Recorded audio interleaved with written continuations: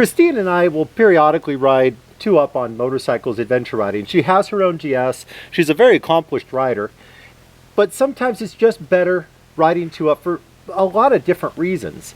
And when you do, it's really important to recognize that riding two up is not about a rider and a passenger. Passengers are not deadweight. They're not luggage on a motorcycle. They're a dynamic part of a team, and it takes both of us to ride well, especially in very challenging or very difficult off-road scenarios. So here's some of our top tips.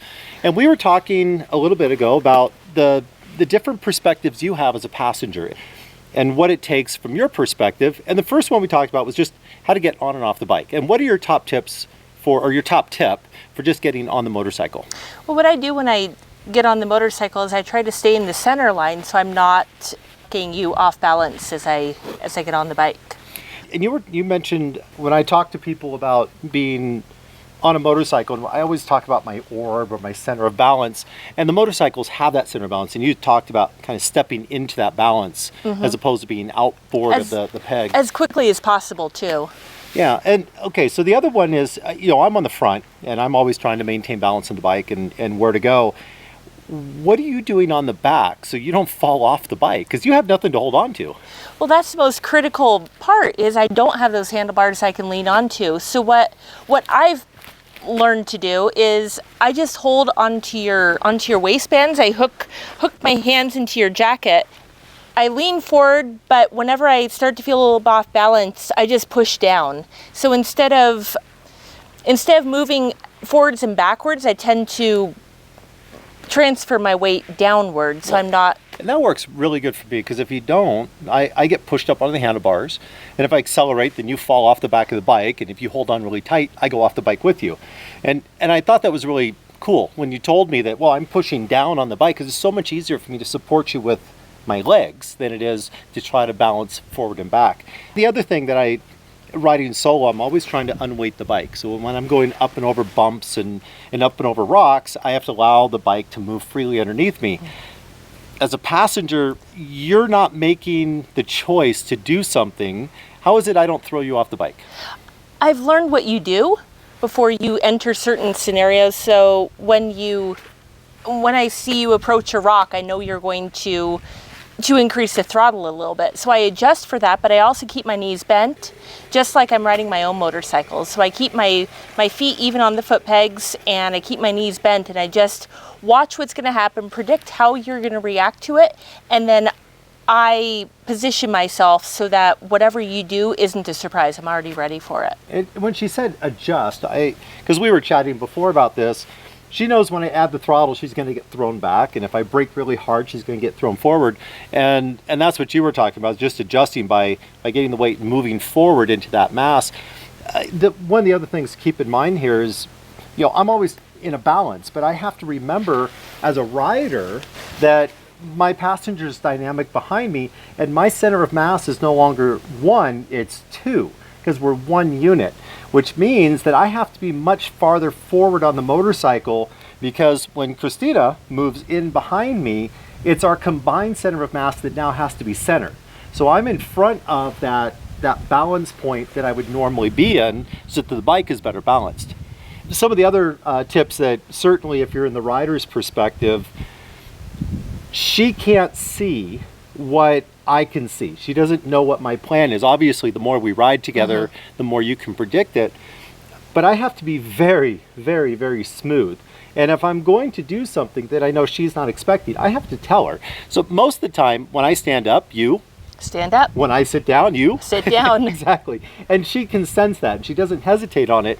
But occasionally, things might happen that she can't anticipate, which means I have to tell her. So we stay in communication either just by talking or through comm systems. Comms are really nice, but I have to be very smooth, so I'm not throwing her back, throwing her forward.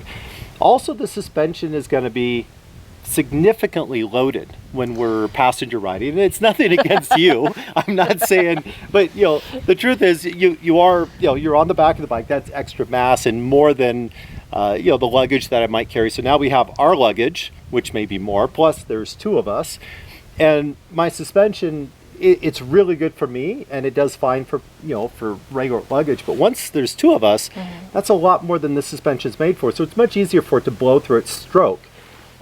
I have to be very, very diligent that I move on the motorcycle, that I allow the bike to move up to me, and that I have my knees free so that I'm floating above the bike. Me too. Which means, of course, you have to do that. And you know, we just rode here through up to Hurrah Pass here on the northern edge of Lockhart Basin, and I was absolutely amazed, because we don't ride double up all that often. You have your own bike. How smooth coming down the mountain. We went over rock shelves and through bumps, and how smooth it was. I couldn't even tell you were back there. And how did you make that happen? I mean, for them, how did you make that happen? I just felt it all come together. I felt balance on the motorcycle. I didn't feel as much like I was a passenger. I felt like it almost felt like I was on the bike by myself, and I was just reacting to what I saw, and you just happened to react the same way. We were really working together as a team, and every time you stood up, there was no hesitation. It was like I was glued to you. Yeah, it was pretty cool. Yeah, I liked it. It was fun. It was fun. We kind of switched back and forth in India. When we rode through India, we were on one bike. We were renting and borrowing bikes, so it was much easier to get one bike.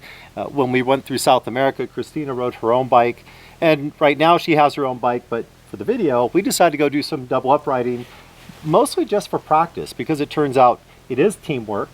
And like every skill, you know, when we first took off, both of us were a little rough. As we went through the day, we became smoother and better about reading each other and anticipating, and it was absolutely magical coming down the mountain. Absolutely magical.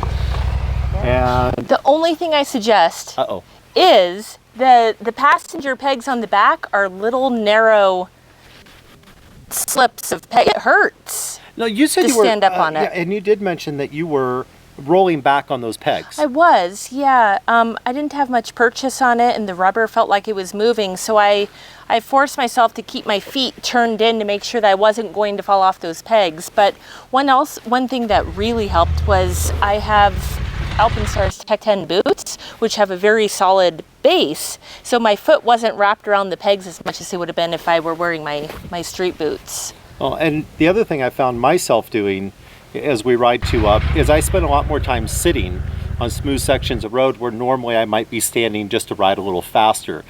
And that was mostly in consideration, because I knew you had already told me that there's not a lot of purchase back there. Not only that, I have the tank to hold on to, I have handlebars to hold on to, and you're just sort of balancing back there on the floating back there and holding on to me. Holding on by my ankles, almost. So I definitely wanted to make sure that you had a rest, so that when we needed to stand up, that we were both fresh. Thank you. But your F800 is down there, and I'm hungry, and I have some editing to do. So you get to go get dinner, and I'm gonna make camp. And yeah, until the next video, please subscribe. Don't forget to do that below, and we'll do more passenger videos if you want. So leave some comments in the comments below, and we'll make sure to do that and read those. We appreciate your feedback. All right, come on. I did not speak well.